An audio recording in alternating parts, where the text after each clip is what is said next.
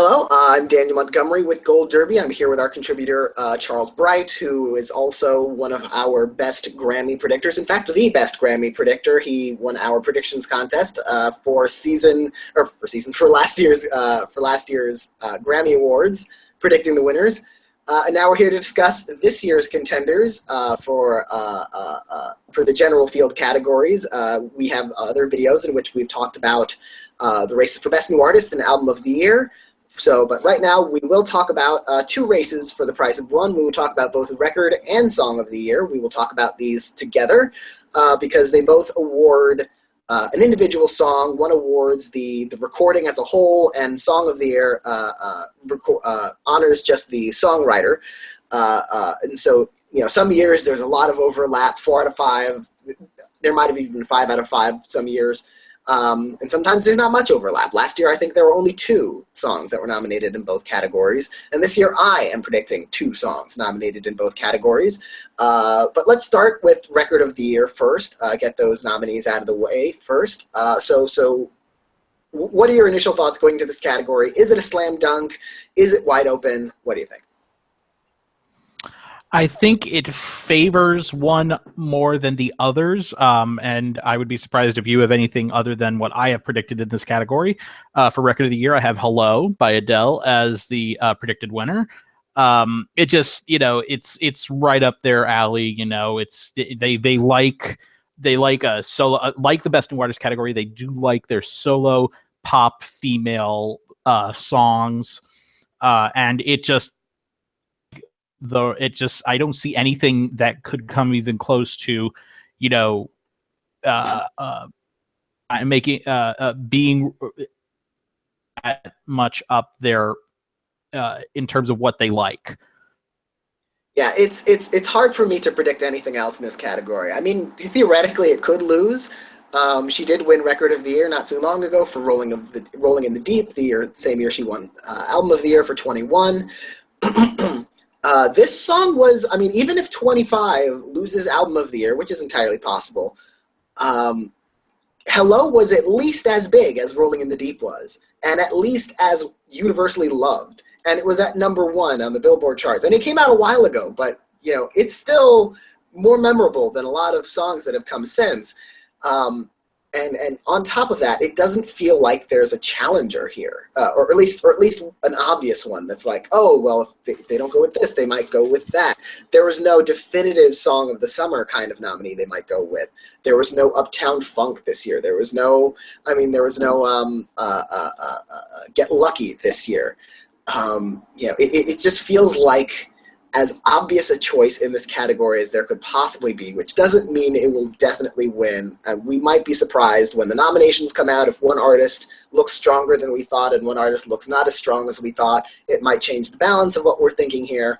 But on the outset, it really, really does look like Adele. And then for me, it was Adele and then trying to figure out who else they'd nominate. Honestly, I could be wrong about those other 4 nominees even getting in. And I will not be surprised by any of it except for Adele missing. If Adele misses, it would just be astonishing. Yeah, I think the last time we had a shocker like that in this category, I think was probably 2010 or 2009. I can't remember which one, when Bad Romance, the biggest song of that year, was, it was loved by fans. It was critically hailed. Everybody loved that song. And it did not make it into Record or Song of the Year. Song of the Year would kind of be understandable if it didn't make it in there, but the fact that it wasn't in Record of the Year was a huge shock. And if we don't see this get in there, it's going to go down as probably one of the biggest shocks in Grammy history. The other thing I just wanted to say also is that the way we're talking about this, it actually makes predicting the nominees a lot more fun than predicting the winners, because you're just trying to jumble all of this stuff and try to make what you think looks like their picture of what should be represented, and you're just trying to put that all together. Whereas when the nominations come out, and if Hello is on there, I think it's gonna be #1 for a bunch of people, and that's gonna be no fun. Yeah, so so we're both agreed that Hello is out front to win Record of the Year. Who are your other four spectators who will watch Adele win this award? Gracious losers, as we will call them. I have number two. I have "Work" by Rihanna and Drake. Number three, "Cheap Thrills" by Sia featuring Sean Paul. By the Ocean by DNCE. And number five, "Formation" by Beyonce. Okay, we have then 4 out of 5 predictions in common, I believe, but in different order. I understand why you have Beyonce ranked so low. I have her at number 2, not because I'm so confident she gets in, but because I'm less confident that in everyone else. Like she's not a person who is a slam dunk for Record of the Year or Song of the Year. Even though Lemonade was the biggest thing ever. It's the biggest, almost the opposite of Adele, where Adele had this huge, huge hit song, and the album isn't necessarily remembered as much as a whole all the time. With Beyonce, it really does feel like the album was the feat, and I don't know that there's a huge amount of support that is going to go to specifically Formation. I do think it'll get in almost by default because I don't see a lot on this list that would get in ahead of it. I feel like she had a big enough year, and the song had enough cultural relevance and social relevance, and was ubiquitous enough. I feel like it just gets in. Like it doesn't necessarily win. It could not get in. Same thing that happened to Drunken Love when she was nominated for Album of the Year for her self-titled album 2 years ago. Her song Drunken Love didn't get into Record or Song of the Year, but I do feel like it will get in. And then the other ones we agree on are Work by Rihanna and Drake, I think just on the strength of how big that song was. And Cheap Thrills by Sia featuring Sean Paul. She's gotten in before. This doesn't have the weight of Chandelier, but it was a big pop hit, which probably should be enough, and she's a respected artist and a respected songwriter. And then while you have Cake by the Ocean, which actually would be a decent nominee. That song is catchy to a fault. I almost want to beat it with a stick away from my ears because if I hear even a note of it, it just stays there for days. But I have another song that's kind of like that, Sorry by Justin Bieber. I think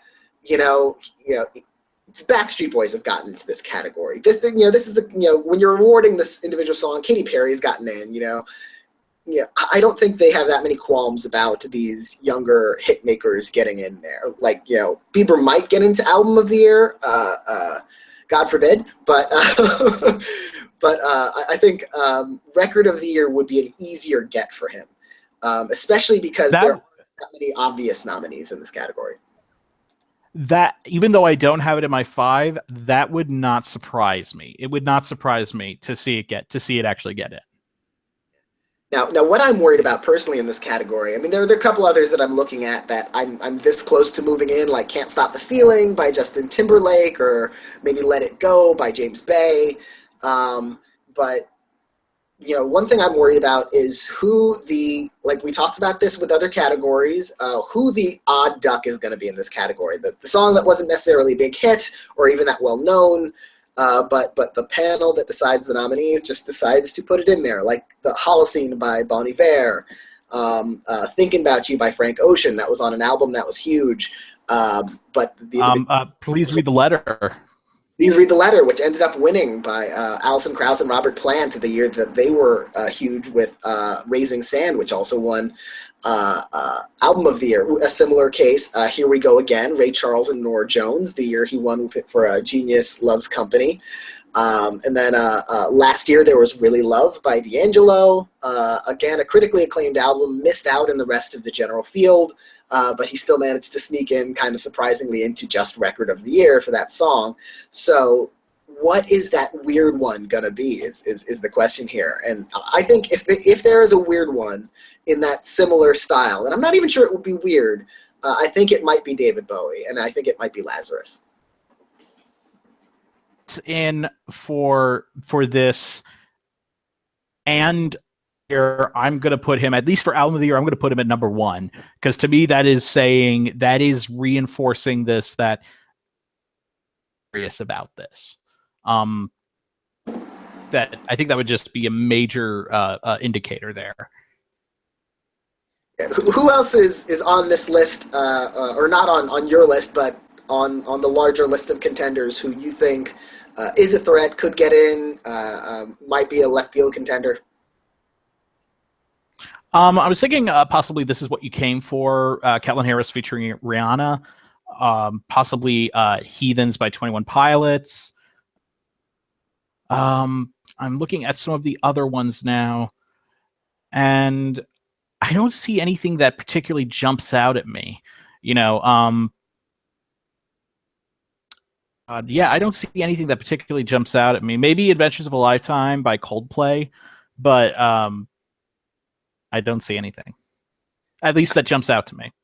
Yeah, I'm looking at one that's a possibility. Drake could also already get in for Work with Rihanna, but he could also get in for One Dance. That was a huge #1 hit, and that just, I think, is nominated for best single of the year or best collaboration or something like that at the American Music Awards, which have like fewer and smaller categories with fewer nominees. The fact that it got in 2 or 3 times at those awards is not necessarily that they will overlap with the Grammys, but they are indicative of what's popular and what's on the radar this year. I think that could get in. I think a couple of these singer-songwritery artists could, they could pull that early Ed Sheeran when he was getting in for a little bit of this, a little bit of that, and it took a while for him to get fully embraced by the Grammys. So 7 Years by Lucas Graham could get in. Like I said, Let It Go by James Bay. One of these kind of, if you strum a guitar and you write your own songs, you might be able to sneak in here, or Song of the Year or Song of the Year. I think there's a possibility for someone in this category. It's hard to figure out who that will be is the issue there. It could be the guy who plays his guitar out in the quad at Mason, every Thursday at 4 p.m. So let's move on to Song of the Year, which we're going to be talking about a lot of the same contenders, but maybe in different orders. And this is for songwriting, and so this is the kind of category where, when I'm looking at this category, I think, what am I predicting for Record of the Year that is just kind of like a bouncy dance, kind of pop, like slickly produced kind of song, and strike that off the list and bring on the singer-songwriters. It's not always the case. I mean, sometimes there's overlap for some unknown reason. I Want It That Way by the Backstreet Boys was nominated for Song of the Year. Livin' La Vida Loca was nominated for Song of the Year. I don't disparage that one bit. That was totally deserved. Record of the Year, I'll give you for Livin' La Vida Loca. I don't know that its songwriting was its driving force, or even its walking force. Blasphemy. Well, to start this category, I have a feeling we're going to be in agreement on #1 again, and for pretty much the same reasons. Hello by Adele. Am I wrong? Do we disagree on that one?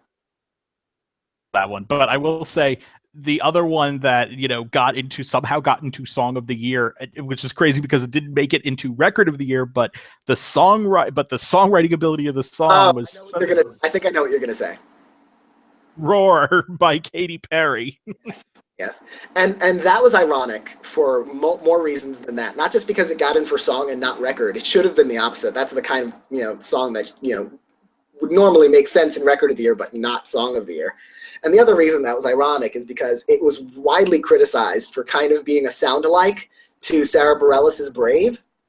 They nominated Sarah Bareilles for Album of the Year that year, a big surprise nominee that year, and they didn't nominate her for Brave, for Record or Song of the Year for that song. They nominated the sound-alike by Katy Perry. That really no one is looking at that one and saying, it's great songwriting, Roar by Katy Perry. So every once in a while you get those anomalies, but when I look at this, I look at the nominees who seem like songwriter driven kind of projects.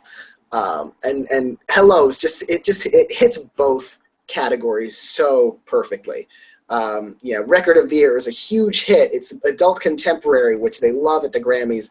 It's a love song. It's universally liked. A lot of people love it, and no one dislikes it. And Song of the Year, it also is a songwriter-driven song. It's story-driven. It's storytelling. It's lyrical. It has that quality, and it's just one of those things where any other year it might have some even last year it might have it might lose to Thinking Out Loud last year, but this year there's no Thinking Out Loud. There's no even blank space. So it's almost. I can't see it losing. I just can't see it losing at the moment. I have the same predicament as you on that. What are your now? You said you have correct. I have two songs in Record of the Year and Song of the Year overlapping. I'm kind of hedging my bets in case, like, I'm not putting all my eggs into 5 songs. Yeah, I have 3, and so you said we both have Hello in both. What's your other one that you have in both record and song? Well, my other one, which sort of goes against my, this is in that slick production kind of category that would normally I would be inclined to discount. But Formation by Beyonce also has the thematic subject matter of the song about, uniting Black women and empowering Black women, and also with its, certainly that video had those messages about police brutality. I think that's going to help it here, especially in the absence of obvious contenders. But I'm not entirely confident. And it's also the one general field category that Beyonce has ever won. So that's for single ladies. For single ladies, which is a completely atypical song for them to go for. It's completely deserved. I think that's a well-written, kind of pop songs like that don't get enough credit when they are that well executed. So that's a very good win. But I think she ended up going. She submitted Halo for that year for Record of the Year, which in hindsight was a mistake. Because that's the kind of ballad that you think would win, but Single Ladies was the song of the year. And if that won Song of the Year, there's no way if she had entered it for Record of the Year, it would have lost. Yeah, no, absolutely. So I also have Formation in there. I have Formation number 2. Where do you have it?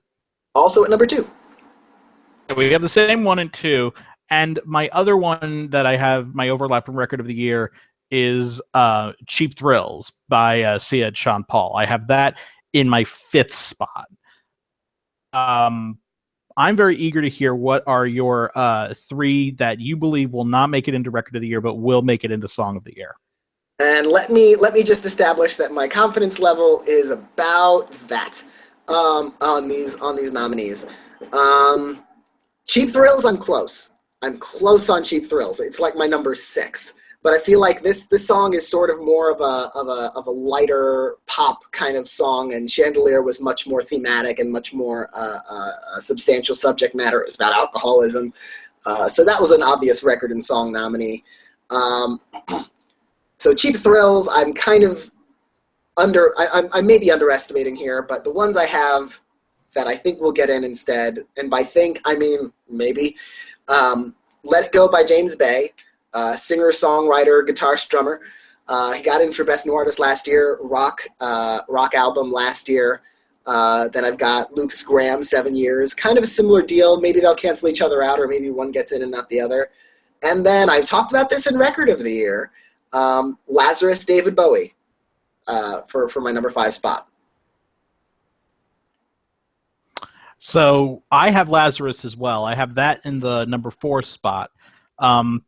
I said about Record of the Year, if Bowie were to make it into Record of the Year, I would put him at number 1, and Album of the Year, I'd put him at number 1 for album.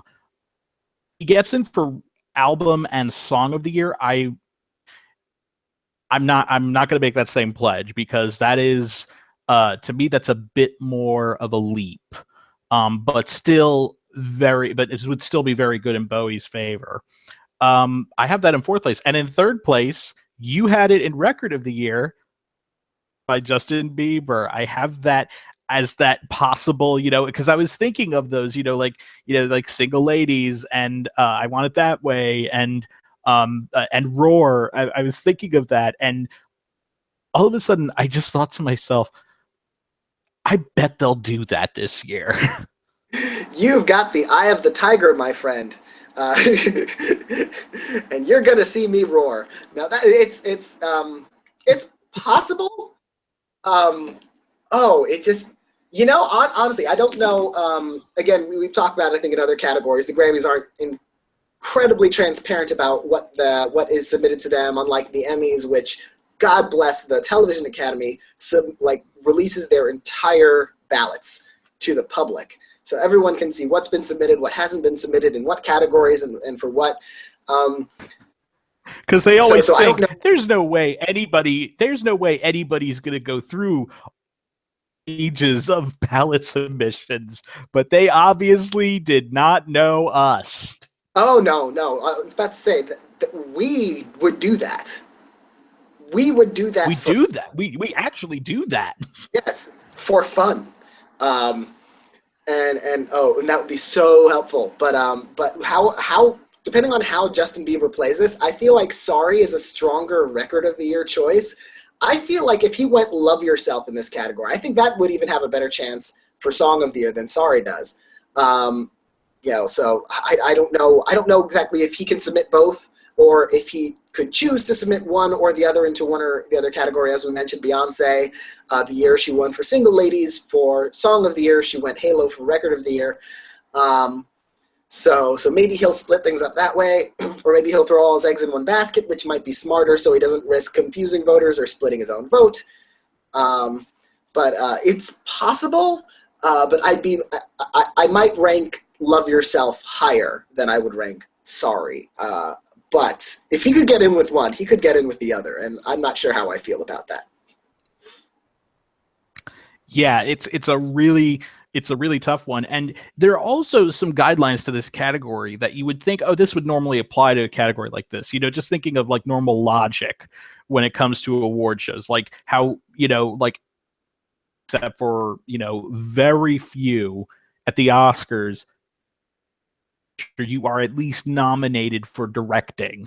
Now, of course, that was thrown into the fire 4 years ago with Argo, for that Driving Miss Daisy, but that is a rare occurrence. It's always been with the Grammys, whereas don't necessarily always go together, and quite a few times, and several times, you'll have winners that are not in the other field.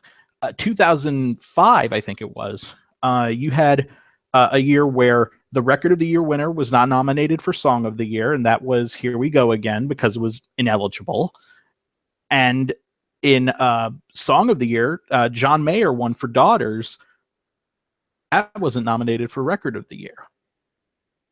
Yeah, that's. I think it's. I think it's more likely for a song to win record without song than it is to win song without record. Kind of like happened last year, where we saw Uptown Funk win Record of the Year for Mark Ronson and Bruno Mars, but that's not really considered a lyrics-driven kind of song. It wasn't nominated for Song of the Year, but the Song of the Year winner was Thinking Out Loud by Ed Sheeran. That was nominated for Record of the Year. So I think if you're the best written song, you tend to get into the Record of the Year category, while a Record of the Year winner doesn't necessarily need to be the best written. Absolutely. Which is irrelevant anyway, because they're both just going to go to Adele. So.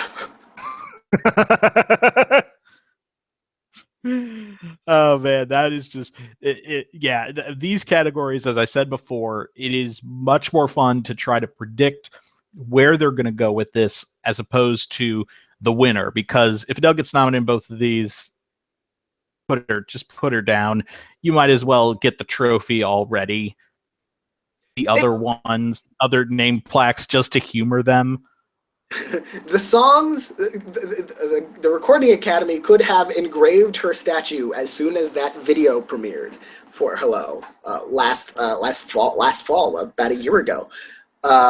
So yeah, it really seems, and again, as I mentioned when we were talking about Record of the Year, if there is an imbalance in the force somewhere, and it looks like Adele is maybe underperformed in some places, and another artist has overperformed, and gotten into record and song and lots of other categories, and it looks like they might be a favorite of the year, I might start to waver on Adele. But someone is gonna have to take her down. Like if there's no big coup in these nominations, then it's almost definitely, I feel, Adele for record and song. Even though I'm personally not, I'm predicting at the moment Beyonce for album of the year, but I do not think Adele is as challenged in record and song with that song that's so pitched down the middle for Grammy voters and is a respectable winner. It's not just the kind of song that Grammys like. It's the kind of song that you look back at the history of the Grammy winners for record of the year in 10, 20, 30 years. That's going to look all right. It's not going to be like I'm sorry. I just have to say it's not going to be like "Need You Now," which I'm sorry that did not deserve as record of the year. In hindsight, though, it was kind of inevitable.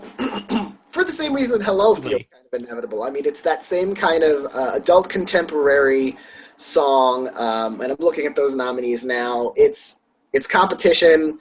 Honestly, there are two songs that would have looked better in history, but it was never up the Recording Academy's alley, and that's "F.U." by CeeLo Green, which should have won. Would have been my personal choice. Honestly, that would have been my, even more so for Song of the Year than for Record of the Year. That song is such a brilliant piece of songwriting. And even Empire State of Mind, that was one of those cases where there is a ubiquitous, that was the Uptown Funk of its year. It was everywhere. It was popular. It was beloved. It was rap, but it was accessible. It wasn't, I mean. It was rap sung. It was rap sung, like Umbrella was, only I think even more accessible than it. Yeah, and so, but they have such a bias against rap that even the most crossover appeal hip hop song with Alicia Keys singing the only part that everyone knows, and it still couldn't get it. So interestingly enough, Alicia Keys has still never won Record of the Year. She's never won it. That's right. Yeah, she almost did. The first year she came out, she had Fallen, which was nominated for Record and Song. She won Song, and then that year she also won Best New Artist. But Record slipped her grasp. That was U2 that won that, right? Yeah. Well, she was also up against another R&B artist there who she beat for most of the other awards. I think in every category she was nominated in, and that was India Arie. India Arie. She got her makeup Grammys, though, and she's doing great. So good for her. I'm all about Miss India Arie. But it's off topic, but I feel like I have to address how cruel that was of the Grammy voters. India Arie was nominated for, basically, she was up against Alicia Keys in every category, basically, except one. Except one. India Arie got in and Alicia Keys didn't, and that was Album of the Year. So not only did India Arie lose every category of the night, and all of them possibly to Alicia Keys.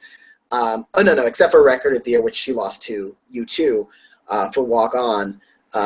She also, lost Album of the Year, and she became I think she's the only artist to date to be nominated across the general field, all four categories at the same time, and lose Best New Artist.